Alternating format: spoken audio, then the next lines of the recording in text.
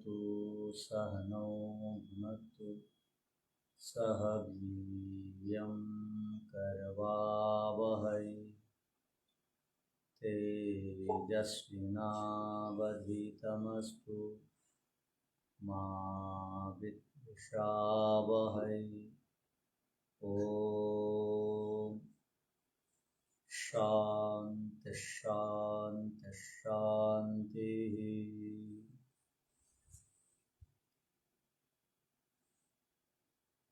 अब सांख्य में पंचम अध्याय के 37वें सूत्र तक हम लोगों ने पढ़ा था। अब आज 38वें सूत्र से पढ़ेंगे।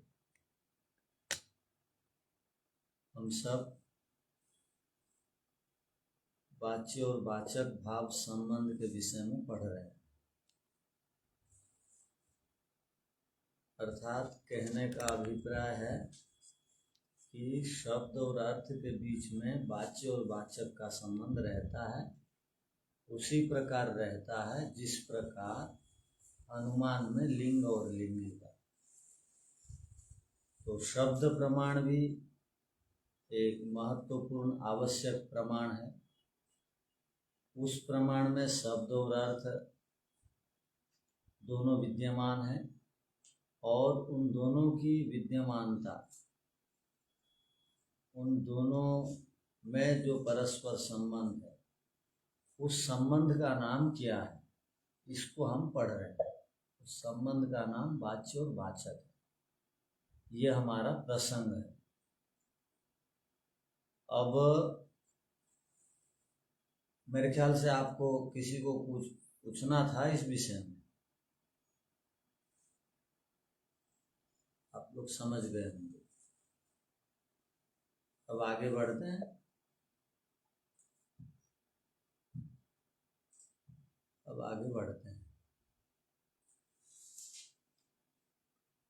देखिए 38वां सूत्र क्या बोलना चाहता है। त्रिभिः संबंध सिद्धि ही। ये जो संबंध है वाच्य और वाचक का संबंध, ये किस प्रकार सिद्ध है, इसका अर्थ क्या हुआ। इस वस्तु को हम टेबल कहते हैं, इस वस्तु का नाम खाट है, इस वस्तु का नाम पुस्तक है।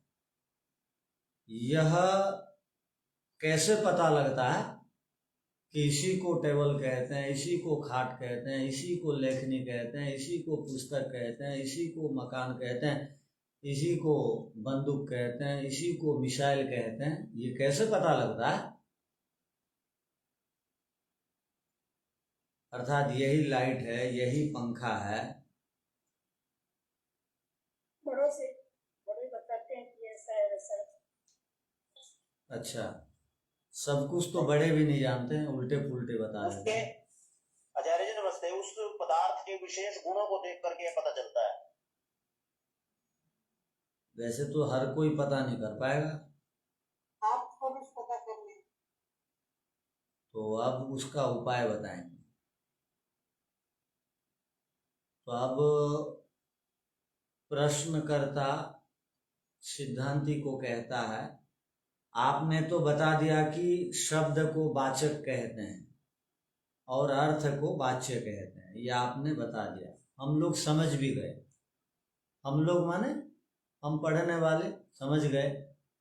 वाचक शब्द का नाम है, अर्थ को वाच्य कहते हैं, इसको हम लोग समझ गए। वो कह रहा है भूमिका में, अब मैं भूमिका बना रहा हूं।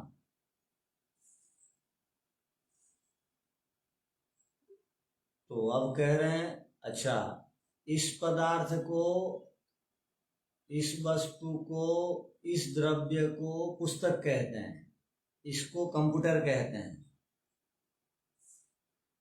और इसको घी कहते हैं। और जब समिधा और सामग्री और घी का प्रयोग करते हैं तो उसका नाम यज्ञ है, और जो प्रकाश देता है उसका नाम दीपक है। ये सब कहते हैं। ये सब पता कैसे चलेगा कि इसी को दीपक बोलेंगे, इसी को यज्ञ बोलेंगे, ये पता कैसे लगेगा? आचार्य जी इसका उपाय क्या है? किसी ठीक है, बाद में पूछने से बोलिए, तो आप पहले समझ जाइए। तो ये इसका उपाय क्या है बताएंगे। अर्थात ये जो वाच्य वाचक का जो संबंध है और इसकी जो सिद्धि होती है, उस सिद्धि के उपायों के बारे में अब बताया जाएगा। तस्य वाच्य वाचक संबंधस्य सिद्धेः उपायम् आह। अब इसके सिद्धि के उपायों को बताया जाएगा, ये कहना चाह रहे हैं। अर्थात वाच्य और वाचक के बीच में जो संबंध है और जो उसकी सिद्धि होती है, वो सिद्धि किस प्रकार होती है, उसके उपाय क्या हैं। अर्थात अमुक वस्तु को अमुक नाम से जाना जाएगा और अमुक नाम वाले वस्तु, अमुक जो शब्द है वो अमुक वस्तु है, ये जो बोला जाता है। अर्थात यह वस्तु है, वस्तु माने यह अर्थ है और यह इसका नाम है। हमको ये पता किस प्रकार चलता है, उसके पीछे कारण क्या है, उसको अब बता रहे हैं। अर्थात 3 कारणों से, त्रिभिः संबंध सिद्धि ही, 3 कारणों से अर्थात 3 हेतुओं से वाच्य और वाचक के संबंध की सिद्धि होती है। अर्थात 3 उपाय हैं वाच्य वाचक संबंध की सिद्धि के लिए। 3 कारण हैं। 3 कारणों के बिना, वैसे कारण तो विभिन्न हो सकते हैं, किंतु मोटे तौर पर 3 कारणों से हम यह वाच्य है और यह वाचक है इसका ज्ञान करते हैं। ये शब्द है और ये अर्थ है, हम इसको पहचानते हैं। इसके पीछे 3 हेतु हैं, ये बताना चाह रहे हैं। अर्थात 3 प्रक्रियाओं से, 3 संबंधों के द्वारा, 3 कारणों से हमको ये ज्ञान प्राप्त होता है। दुनिया में ऐसा कोई भी आदमी नहीं है जो शब्द बोलते ही अपने आप अर्थ को जान लेता हो, या शब्द बोलते ही अर्थ सबके मन में आ जाता हो, ऐसी बात नहीं है। यदि शब्द बोलते ही अर्थ सबके मन में आ जाता तो चीनी लोग जो अपनी भाषा का प्रयोग करते हैं, हम लोगों को उनके शब्दों को सुनते ही अर्थ का ज्ञान हो जाना चाहिए। अब आपको पता है संसद भवन में सांसदों के लिए मशीन लगी रहती हैं। यदि वहाँ कोई हिंदी में बोलेगा और तमिल का आदमी हिंदी नहीं जानता है तो वो मशीन के माध्यम से समझ लेगा।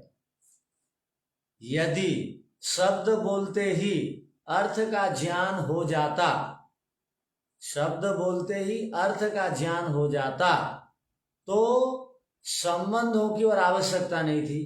इन प्रक्रियाओं से हम अर्थ से परिचित होते हैं, ये और बताने की आवश्यकता नहीं थी। इसका अर्थ हुआ प्रत्येक शब्द का अर्थ है, किंतु उसका ज्ञान प्राप्ति में जो सहायक कारण हैं, उन सहायक कारणों से हम इस शब्द का अर्थ यह है ऐसा जानते हैं।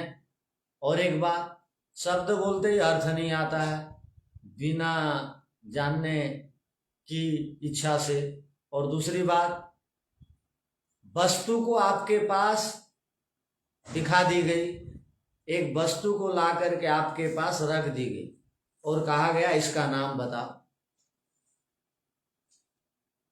नहीं बोल पाएंगे जब तक उससे संबंधित ज्ञान हमारे पास नहीं है, तब तक वस्तु को देखते ही शब्द नहीं बोल पाएंगे और शब्द को देखते ही वस्तु के विषय में नहीं बता पाएंगे। क्योंकि सब कुछ सीखने से हम सीखते हैं। हम मनुष्यों के पास कितना ज्ञान है, प्रत्येक जीवात्मा का अपना ज्ञान का स्तर जीवात्मा का कितना है, बहुत थोड़ा सा है। अर्थात मैं जीवात्मा का स्वाभाविक ज्ञान, मेरा अपना स्वाभाविक ज्ञान कितना है कि मैं चेतन हूं, इतना ही थोड़ा मोड़ा मैं जानता हूं। और पैदा करने वाली माँ को भी मैं नहीं जानता हूं, सिखाना पड़ता है, ये तुम्हारी माँ है, ये पिताजी हैं, ये सिखाना पड़ता है। हम दुनिया भर की बातें निमित्त से जानते हैं, अर्थात दूसरों के कारण से जानते हैं। और ईर्षा द्वेष करना भी हम दूसरों के कारण से जानते हैं। क्या बात समझ में आई? हम लोगों का जो मन है ना, वो बड़ा पवित्र है। अभी हम लोग सब शांति से बैठे हैं। आप में से ही कोई यदि अभी बीच में बातचीत करे तो आप तत्काल प्रतिक्रियाशील हो जाते हैं या नहीं? कोई भी बाधा डालता है तो आपको कैसा लगता है? अच्छा लगता है? अच्छा नहीं लगता। आप क्या बोलते हैं? हम उसको बोलते हैं कि चुप हो जा, अपना माइक बंद कर ले। हाँ, आप चुप हो जाइए, बोलते हैं चुप हो जाइए। इसका अर्थ क्या है?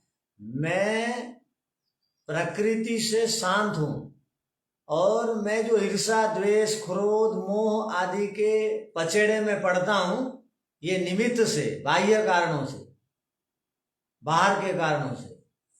और जो ज्ञानी बन जाता है वो बाहर के कारणों से भी अधिक प्रभावित नहीं होता है। और जो विशेष ज्ञानी नहीं होता है वो थोड़ी थोड़ी बातों पर गुस्सा होते रहता है, क्रोध करते रहता है। तो जो अधिक क्रोध करते हैं उनको क्या संकल्प लेना चाहिए पता है? आज मैं 2 घंटा क्रोध नहीं करूंगा।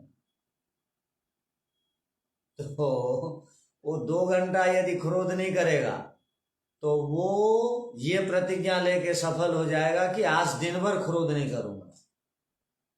यदि यज्ञ में बैठा और उपदेश सुना और उपदेश बढ़िया लगा, क्रोध नहीं करना चाहिए, क्रोध करने से इतनी सारी हानियां होती हैं, सुनते ही व्यक्ति यदि प्रतिज्ञा ले गया कि मैं आजीवन क्रोध को छोड़ दूंगा, वो सफल नहीं होगा।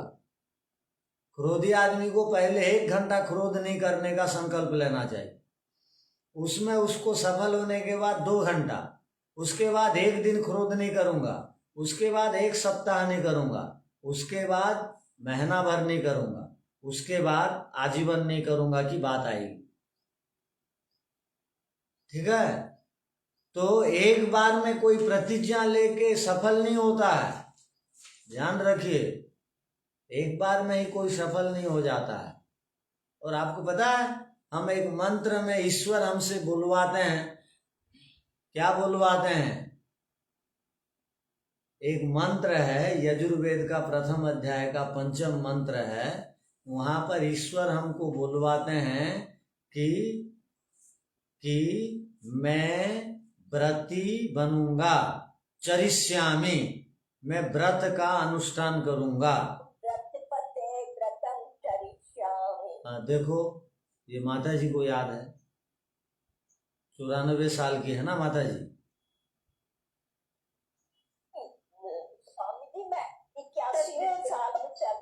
वो 81 की है? अच्छा, मैं गलत सोच रहा था, मैं 90 से अधिक सोच रहा था। तो बहुत काम करने का है अभी। नहीं, अभी गिर गई थी तो पैर की हड्डी टूट गई थी। ठीक है, ठीक है। वो 84 81 की हैं तो आप जल्दी ठीक हो जाएंगे। ठीक है, अब मैं क्या बोल रहा था? अग्ने व्रतपते व्रतम चरिष्यामि। ये देखो, वहां पर व्रतम चरिष्यामि लिखा है, किंतु ये नहीं लिखा है चरिष्यामि माने क्या? मैं व्रतों का अनुष्ठान करूंगा, व्रतों का पालन करूंगा, किंतु मैं नहीं लिखा है वहां पर। अहम चरिष्यामि नहीं है, केवल लिखा है व्रतम चरिष्यामि, व्रतों का अनुष्ठान करूंगा लिखा है। तो वहां पर परोक्ष में मैं शब्द है। ईश्वर बुलवा रहे हैं प्रत्येक मनुष्य से, क्या? तुम बोलो अपने मुंह से अहम चरिष्यामि, मैं व्रतों का पालन करूंगा।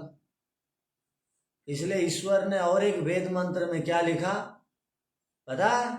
लिखा जो भी व्रत नहीं लेता है वो मनुष्य नहीं है। इसके लिए एक मंत्र आया क्या?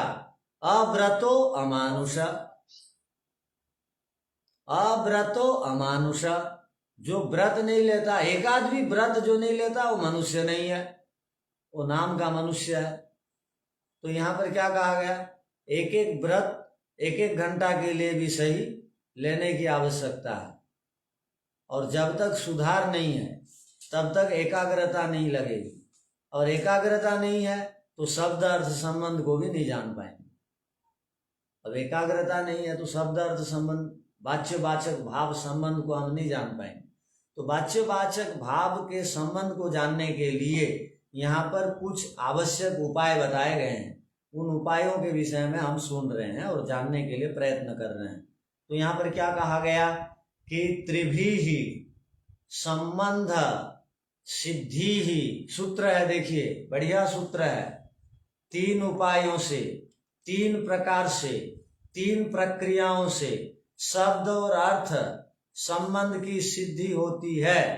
अर्थात हम शब्दार्थ संबंध की सिद्धि या वाच्य वाचक संबंध की सिद्धि जो करते हैं, इसके पीछे 3 उपाय हैं। शब्द कहिए या वाचक कहिए या नाम कहिए, अर्थ कहिए या वाच्य कहिए या नामी कहिए, एक ही बात है। बोलने वाला वाचक है, जिस पर बोल रहा है वो वाच्य है। तो ये जो वाच्य और वाचक के बीच में जो संबंध बनता है, जो हम ज्ञान प्राप्त करते हैं, इसी को पुस्तक कहते हैं, इसी को अग्नि कहते हैं, इसी को मशीन कहते हैं।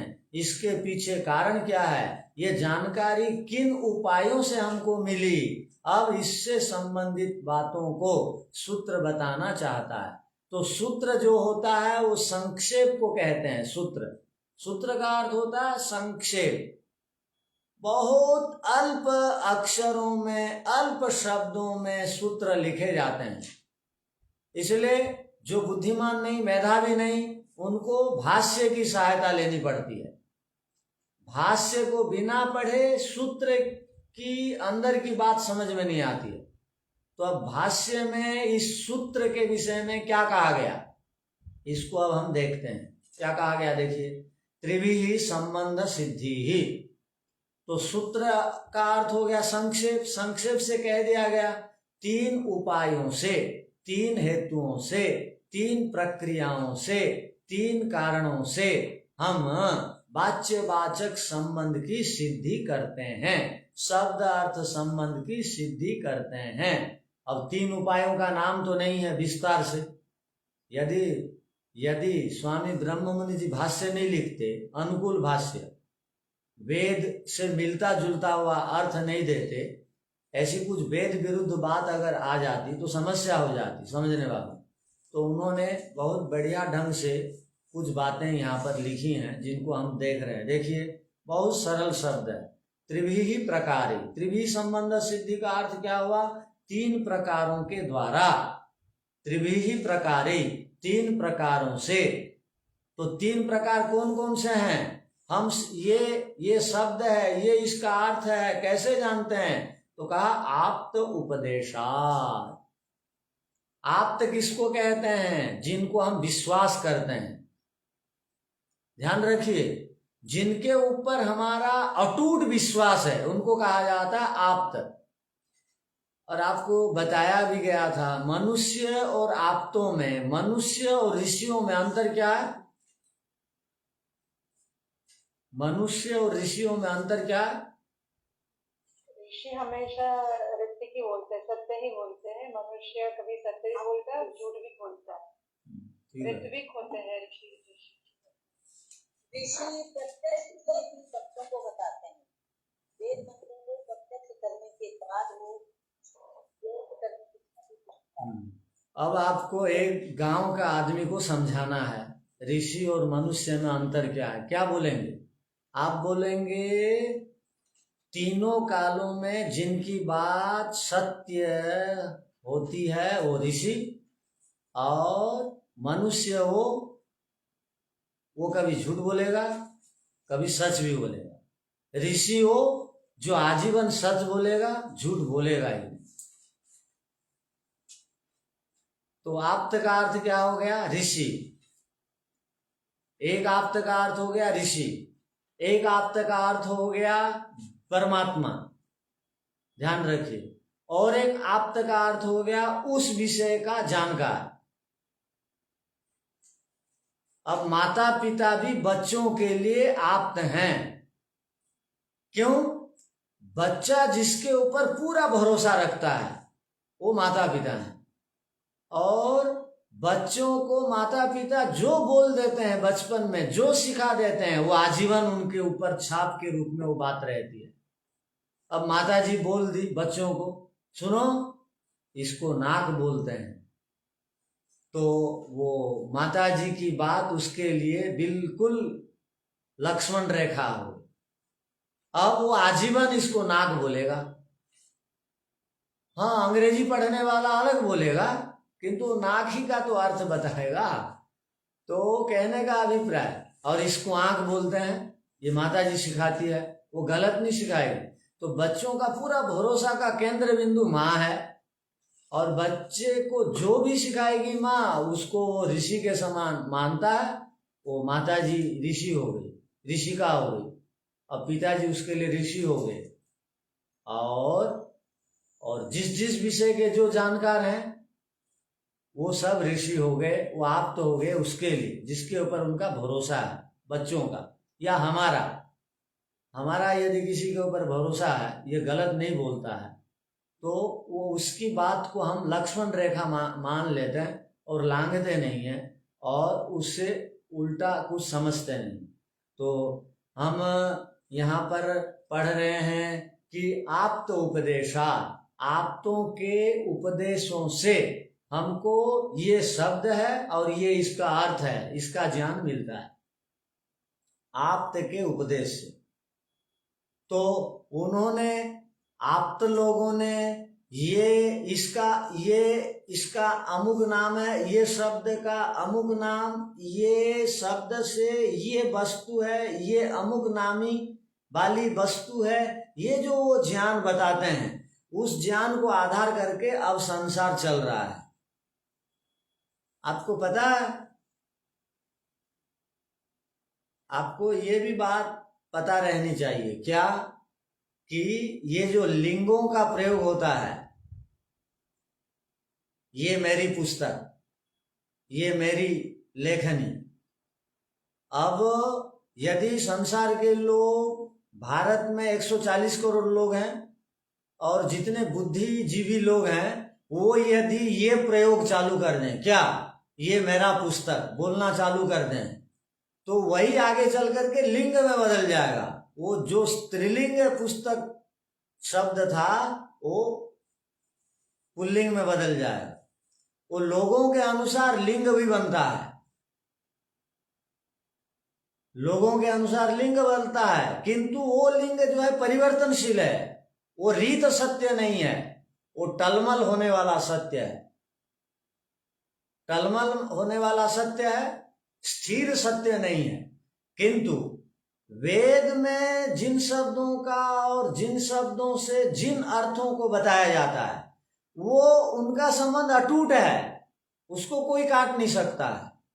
इसलिए यहां पर कहा गया कि अधिक से अधिक हम वेद को पढ़ करके, और वेद को जिन ग्रंथों ने प्रामाणिक माना, हम वेद को समझने के लिए दर्शन क्यों पढ़ते हैं? आपके मन में कभी ये बात आई कि हम दर्शन क्यों पढ़ते हैं? इसलिए पढ़ते हैं कि छयों के छयों दर्शनकारों ने वेद को प्रमाण माना, और वेद तक पहुंचाने के लिए कसम खाया हुआ है छयों दर्शनकारों ने। और वेद का उद्देश्य क्या है? मुक्ति को दिलाना, और दर्शनों का भी उद्देश्य है मुक्ति को प्राप्त कराना। इसलिए हम क्या करते हैं, वेद तक पहुंचने के लिए आधारभूत शास्त्र दर्शन है, इसको हम पढ़ते हैं। और छयों दर्शनों में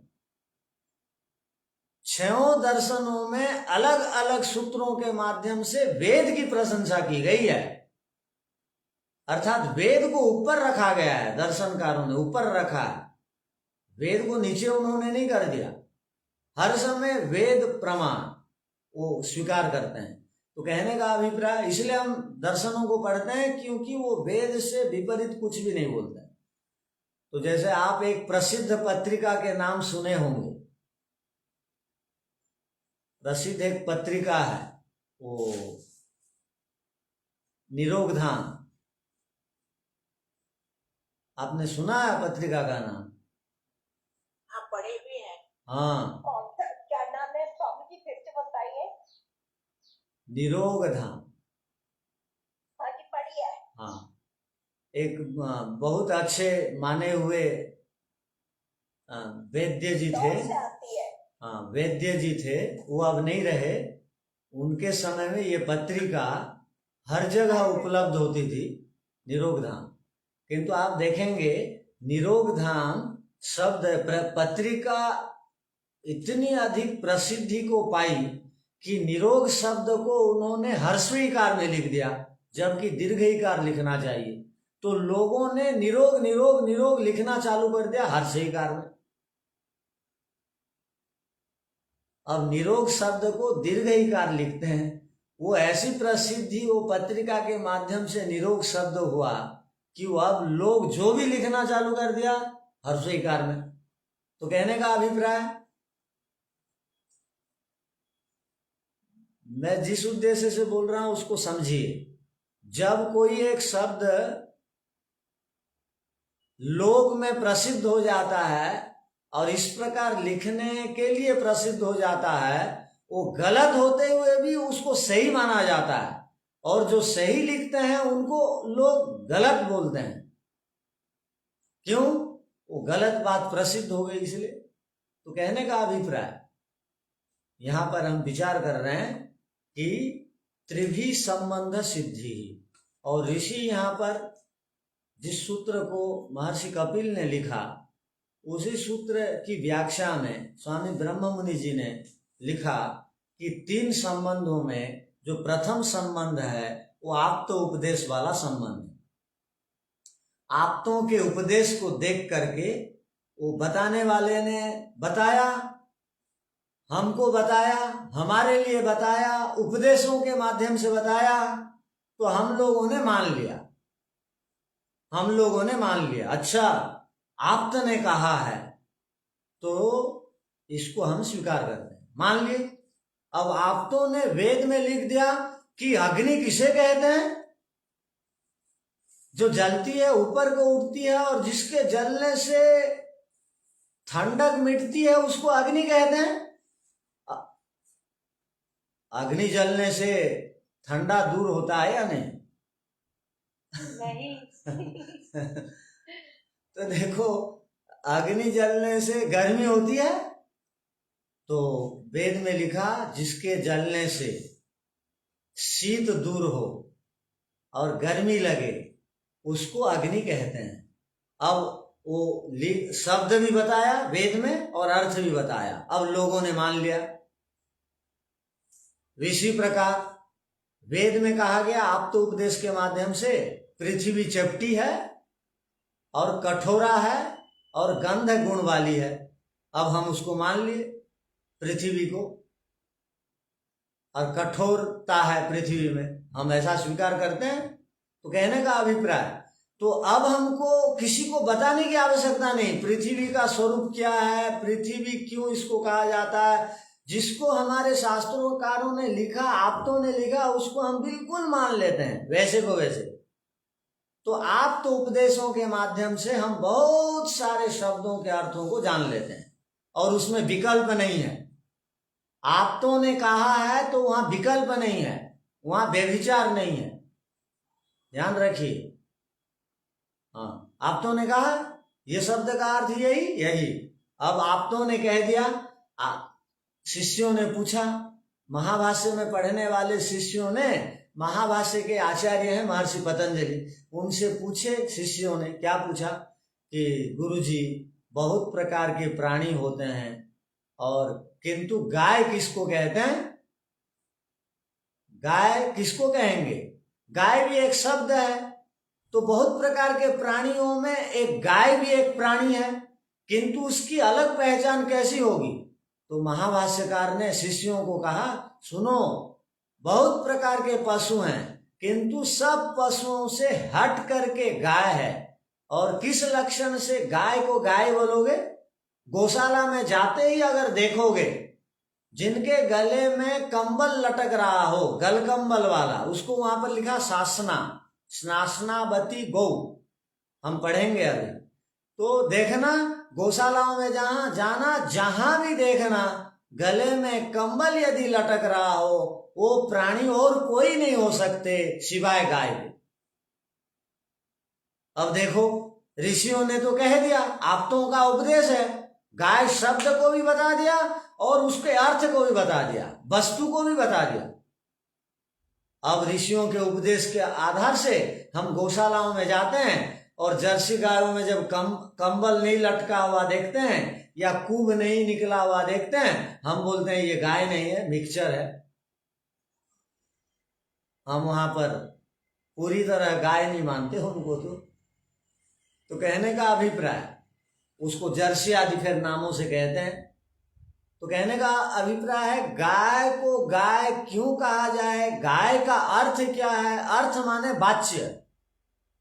यदि आप वाचक वाच्य को ठीक नहीं समझेंगे तो उपासना काल में उल्टे सीधे को भी भगवान मान जाएंगे। अब भगवान कौन? जो तीसरे आसमान में रहते हैं। भगवान कौन? जो सातवें आसमान में रहते हैं, चौथे आसमान में रहते हैं। भगवान कौन? जो नीलकंठ में रहते हैं। भगवान कौन? जो हिमालय में रहते हैं। आप वाच्यवाचक जब संबंध को बनाएंगे तो ओम बोलते ही जो हिमालय में रहते हैं अर्थ निकालेंगे तो आपकी उपासना विफल।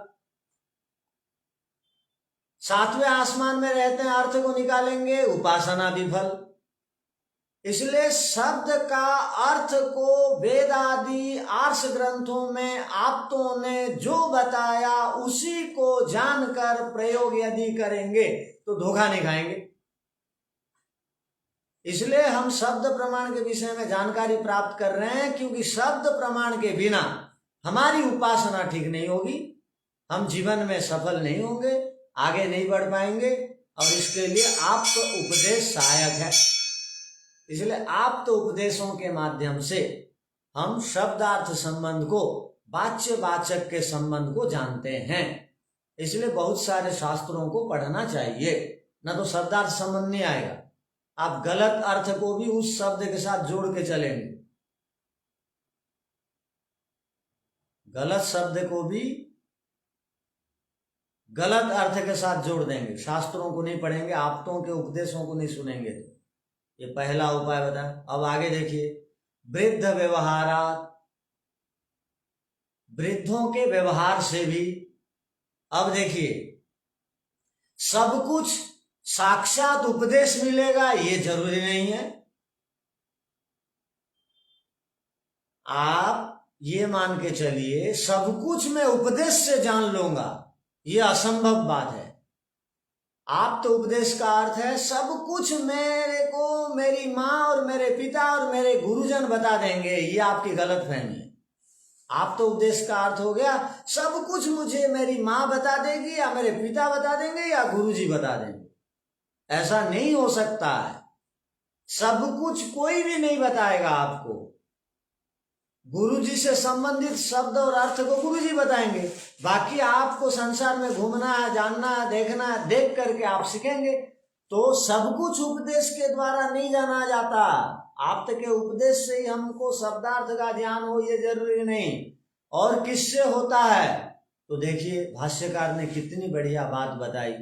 वृद्धों के व्यवहारों से भी हम जानते हैं ये शब्द है और ये इसका अर्थ है। वृद्धों के व्यवहार से। अब वृद्ध दो प्रकार के होते हैं, एक आयु वृद्ध और एक ज्ञान वृद्ध। तो दो प्रकार के वृद्ध हैं दुनिया में। वो दोनों प्रकार के वृद्ध, वृद्ध माने मेरे से बड़ा, मेरे से जो भी बड़ा है मुझे वो ठीक ही बताएगा, यदि वो ठीक पढ़ा लिखा आदमी है, गलत नहीं बताएगा। अब मेरे से जो बड़े हैं ज्ञान के स्तर में, आयु के स्तर से जो मेरे से बड़े हैं, वो जो कुछ भी बोलते हैं, वो यदि बोलते हैं, देखो उन्होंने एक शब्द बोला, क्या बोला, यहां उदाहरण दिया गया, हम पढ़ेंगे। उन्होंने क्या कहा, वृद्धों का व्यवहार देखिए किस प्रकार होता है। एक वृद्ध ने कहा, क्या कहा कि वत्स माने बेटा, गाम आनाय, गाम आनय दोहनाय, गाय को लाओ धोने के लिए। वृद्ध ने कहा, हमारे लिए उपदेश नहीं था वृद्ध का, हम दूर में बैठे हुए थे और वो अपने बेटे को, एक पिता, बूढ़े पिता बोल रहे थे, बेटा गाय को ले आओ, दूध धोने का समय हो गया है।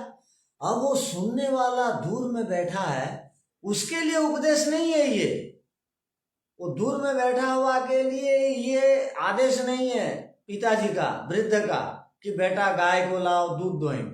वो आज तक गाय को देखा ही नहीं था, गाय किसे कहते हैं। अब किंतु वो दूध पीता था, किंतु गाय किस प्रकार होती है वो जानता नहीं था। आप भी बहुत प्रकार के पदार्थों को खाते हैं। यहाँ दिल्ली मुंबई से लोग आते हैं, जब हम बगीचा घुमाते हैं, ये हल्दी का पेड़ है, ये अदरक का पेड़ है, तो अच्छा ये हल्दी का पेड़ है, ये अदरक का पेड़ है, ये बोलते हैं। अब हमारे अपने रजनीश जी आए थे अभी, तो वो बोल रहे थे फनस का पेड़, वो देख रहे थे, अच्छा ये कटहल फनस का पेड़ है, वो साक्षात देखते हैं तो जानकारी मिलती है। तो क्या हुआ, वृद्ध व्यवहार से भी बहुत सारी बातें हमको जानने को मिलती हैं। तो उसने कहा, बेटा गाय को लाओ दूध धोएंगे। अब वो जो है गौशाला के अंदर गया, कपाट को खोला और गाय को बाहर लाया। वो दूर से देख रहा था वो आदमी, तो वो आदमी निश्चय कर लिया, ये जो जिससे दूध निकालते हैं, जिस दूध को हम पीते हैं, वो प्राणी ये है। वो नहीं जानता था, अब वृद्धों के व्यवहार से देख करके जान लिया। तो बहुत सारे शब्द और अर्थ को हम बड़े लोग व्यवहार में जो करते हैं, उसके आधार से लोग जान लेते हैं। उसके आधार से हमको शब्दार्थ का, संबंध का एक बड़ा ज्ञान प्राप्त होता है। इसलिए कहा जाता है कि वृद्धों की सेवा करनी चाहिए, उनसे बहुत प्रकार की अनुभूतियां मिलती हैं। और हम लोग, हमारे गुरुजी लोग बोलते थे, देखो हमारा बाल ऐसा ही नहीं पका है। इसका अर्थ क्या हुआ? हमारा बाल ऐसा ही नहीं पक गया, इसका अर्थ क्या है कि ये इस स्तर तक आने के लिए बहुत रोटी बेले हम लोगों ने, बहुत तप किया है हमने, ये ऐसा बोलते हैं। तो वो जो तप या वो उनकी जो अनुभूति है, वो हमारे लिए काम में आता है। हम लोगों को बहुत प्रकार का ज्ञान मिलता है, शब्दार्थ संबंध के विषय में हम जानते हैं। तो ये एक उपाय हो गया। दूसरा, अब तीसरा उपाय देखिए, प्रसिद्ध पद सहचारात्। प्रसिद्ध पद सहचारात्, प्रसिद्ध माने ज्ञान, प्रसिद्धि, जिन शब्दों से हम परिचित हैं पहले से। अब प्रसिद्ध लोगों के साथ उठने बैठने से भी, प्रसिद्ध लोगों के पास उठने बैठने से भी हमको बहुत सारे शब्दार्थ संबंध का ज्ञान हो जाता है। या प्रसिद्ध शब्दों को जब हम जानते हैं, उसके साथ जो शब्द मिला दिए जाते हैं, उससे संबंधित शब्दों को भी हम जान लेते हैं। जैसे आपको एक प्रसिद्ध दुकान के बारे में पता है, कोलकाता जाइए और कोलकाता के बड़ा बाजार में सेंटर पॉइंट में जाइए, वहां ये दुकान है। वो उसको बोला, हाँ मैं उस दुकान को तो जानता हूं, वहीं से तो मैं सामान लाता हूं। तो उसको और एक सामान की आवश्यकता थी, और वो दुकान से सट करके दूसरी दुकान थी, सट करके दूसरी दुकान थी, वहीं से उसको वो सामान मिलना था। तो उसने कहा, बोलने वाले ने, आप उस दुकान को जानते हैं? तो इसने कहा बिल्कुल वहीं से तो मैं सामान लाता हूँ। आप तो जानते हैं, और आपको अब जो सामान चाहिए बिल्कुल सट करके जो दुकान है ना वहीं वो सामान मिलता है।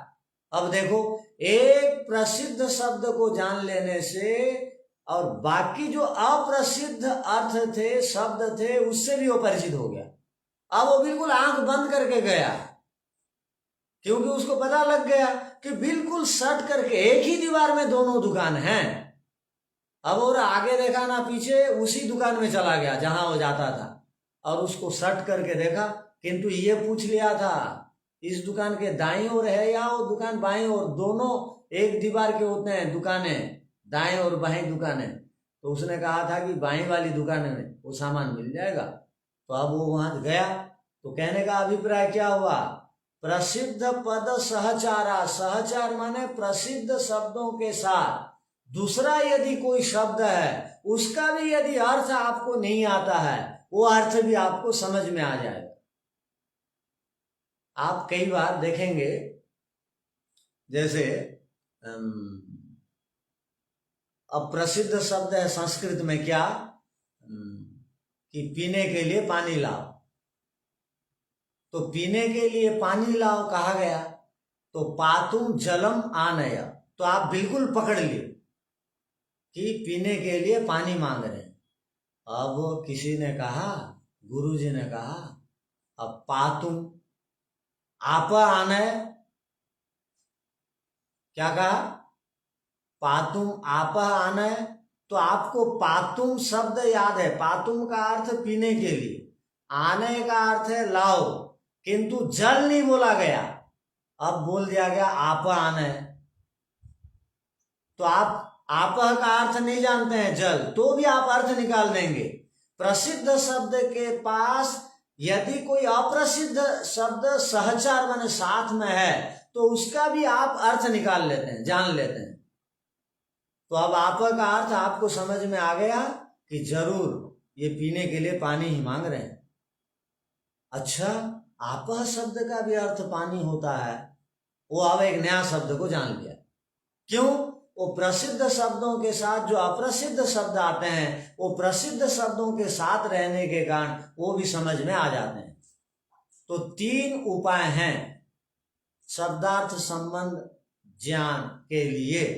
अब इन 3 उपायों से हम सबको परिचित होना चाहिए। जैसे यहाँ पर क्या कहा गया, देखिए, त्रिभी प्रकारे आप्तोपदेशा वृद्ध व्यवहारा प्रसिद्ध पद सहचारा संबंध सिद्धि ही शब्दार्थयो हो। शब्द और अर्थ के बीच में जो संबंध की सिद्धि होती है, इसमें ये 3 उपाय हैं।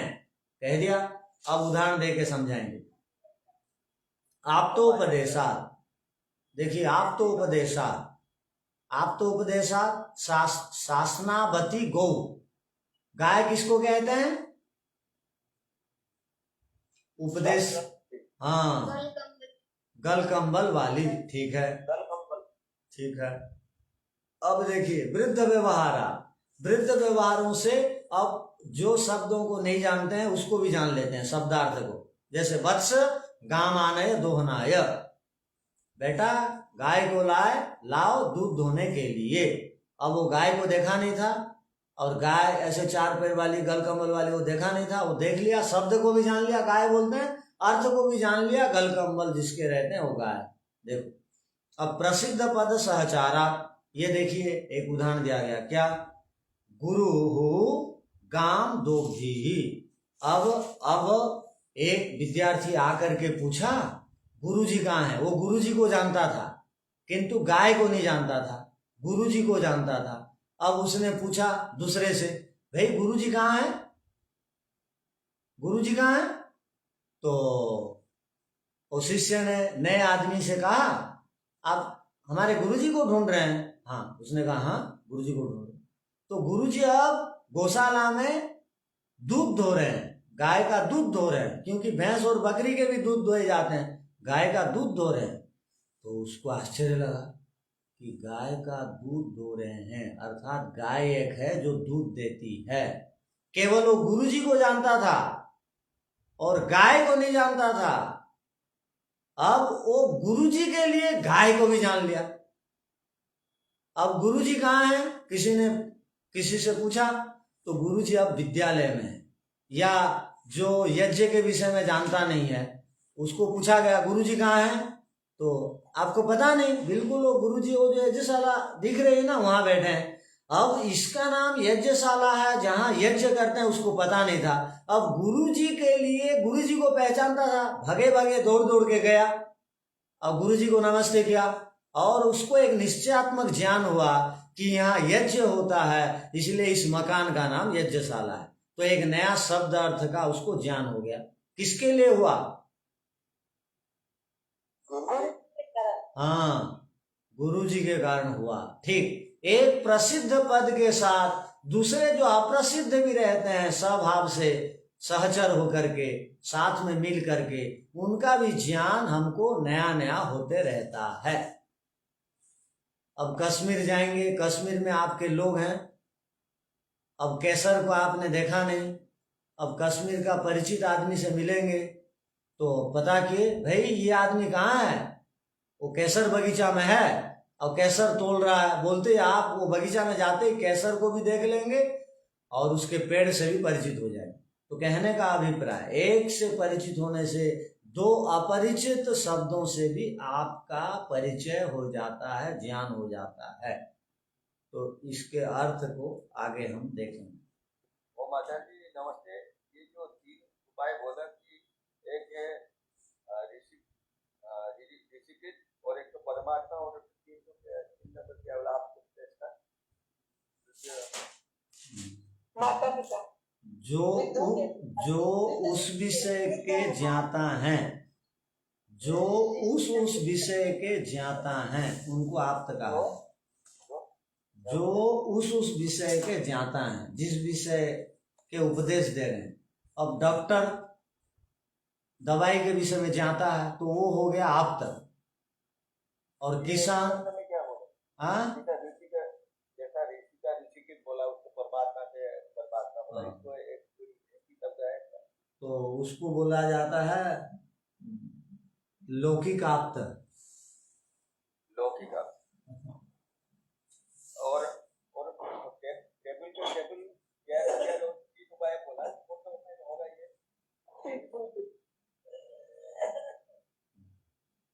3 उपाय में उपाय में जाएगा। हाँ, वृद्ध व्यवहार से और उपदेशों से भी। उस बढ़ई टेबल के विषय में जानता है तो बढ़ई आप तो हो गया, वो जो बोलेगा वो प्रामाणिक है। ठीक है। ओम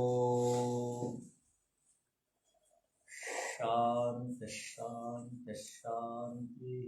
सबको सादर नमस्ते।